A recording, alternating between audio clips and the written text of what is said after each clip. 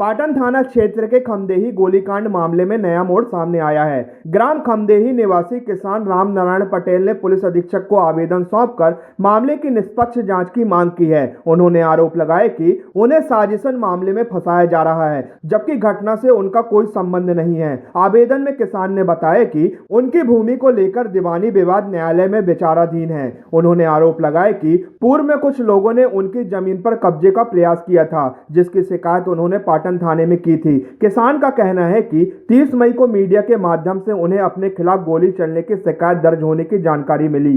राम नारायण पटेल ने दावा किया कि घटना के समय वे अपने रिश्तेदार के खेत में कार्य कर रहे थे और बाद में घर पर मौजूद थे। उन्होंने पुलिस प्रशासन से मामले की निष्पक्ष जांच कर वास्तविक तथ्यों के आधार पर कार्रवाई करने की मांग की है। मेरे बहनोई से राम नारायण पटेल जी खमदेही में निवास करते हैं और एक सीधे साधे किसान हैं।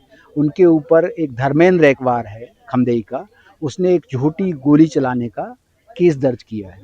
जबकि जब घटना का तथाकथित समय बताया जा रहा है, उस समय हमारे बहनोई जी विशाल भेड़े के खेत में विशाल भेड़े के साथ और रवि चौधरी उनका नौकर राम नारायण पटेल जी भूसा भर रहे थे और वो उधर से करीब 8-14 करीब खमदेही चौगड्डे आए और वहाँ का जो कैमरा लगा हुआ है रोड पे, उस पे उनका रिकॉर्ड है, वो हमने एसपी साहब को प्रोवाइड करवाए हैं पेन ड्राइव में।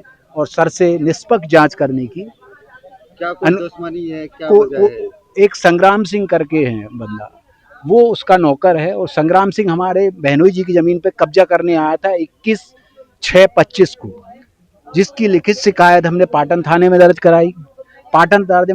फिर उसने फ़ोन से धमकियाँ दी, मेरे बहनोई जी को फ़ोन से धमकियाँ दी, चूँकि जबकि संग्राम सिंह से हमारा कोई केस नहीं चल रहा। एक शंकर चौधरी ने हमारे ऊपर एक केस लगाया ज़मीन को लेके, वो दीवानी मामला चल रहा है, वो चलने दें।